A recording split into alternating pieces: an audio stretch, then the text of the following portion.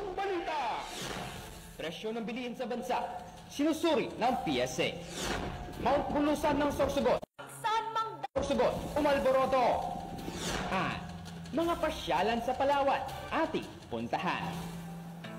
naghahatid ng mga balitang abot kamay saan mang dako ng mundo. Mga ulat na nagbuhugat sa puso ng campus para sa bawat Pilipino. Kasama ka sa bawat kwento. Dito ka, dito tayo. Ito ang Campus Connect! Kasama mo! Campus Connect, balitang abot kayo. Saan dako ng mundo, kami narito. Mga balitang naguhugat sa puso ng campus. Dito ka, dito tayo. Campus Connect, kasama mo. Magandang hapon, Pilipinas, na Imbag ang Malew, Ilocos Sur. Narito na ang mga konektadong balita. Naglabas ang Philippine Statistics Authority ng tala tungkol sa mga average retail price sa mga bilihin sa bansa. Nakapaloob ngayon sa kanilang naitala ang buwan ng Abril at Mayo. Tinalakay dito ang pagtaas at pagbaba ng mga presyo sa Pilipinas, lalo na ang presyo ng bigas.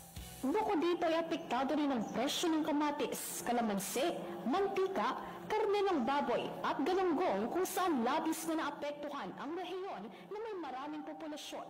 Sa patuloy ng pagtaas-baba ng mga presyo sa merkado ay ang pagsuri ng PSA sa mga bilihin para sa susunod na buwan. Meralco, nagkaroon ng bawas singil sa kuryente. Konektado sa balitang yan, si Jana Diano. Good news para sa mga consumer ng Meralco dahil may bawas presyong aasahan sa May billing. Ito'y matapos i-anunsyo ng Meralco ang pagbaba sa presyo ng kuryente na nasa 25 sentimo na lamang ang singil per kilowatt hour. Ayon sa kumpanya, ito'y dahil sa mababang generation at transmission charges ngayong buwan. Paalala din ng Meralco sa mga consumer ay ugaliin ding magtipid sa paggamit ng kuryente. Ito si Jana Diano para sa Pilipino. Kasama mo.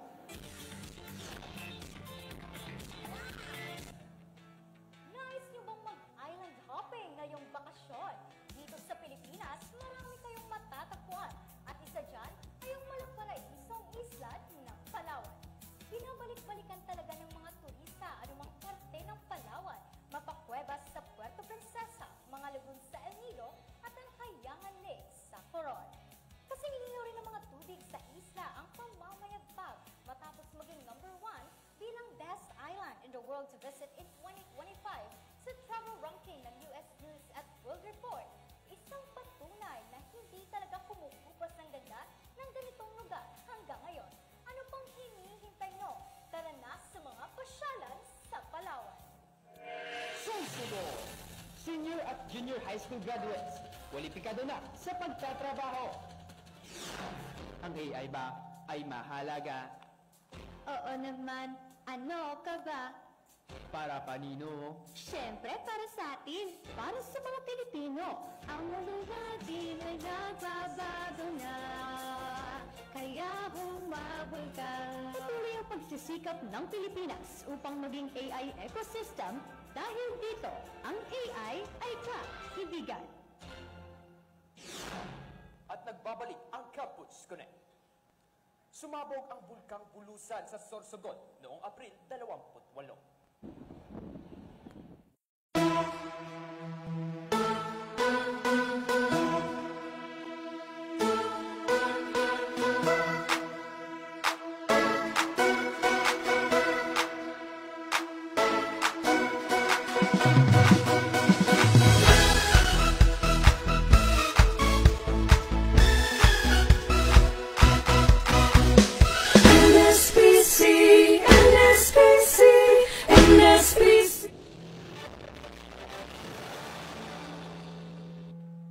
Sa pagtaas ng unemployment rate sa bansa ay ang pagkilala ng Civil Service Commission sa mga junior at senior high school graduates bilang kwalipikado sa pagtatrabaho.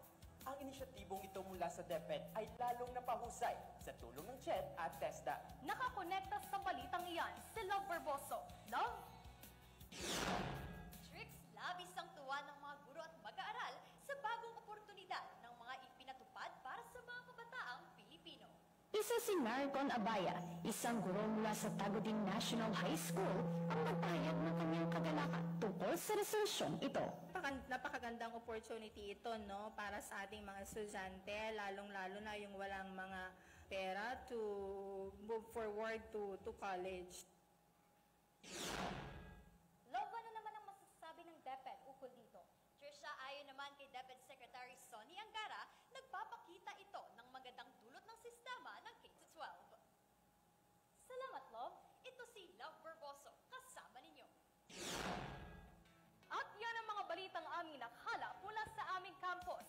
Ako, si Trixie Calantas. Mula sa campus para sa mundo, ako ang kasama ninyo, Jeff Garzaban. At ako naman si Trisha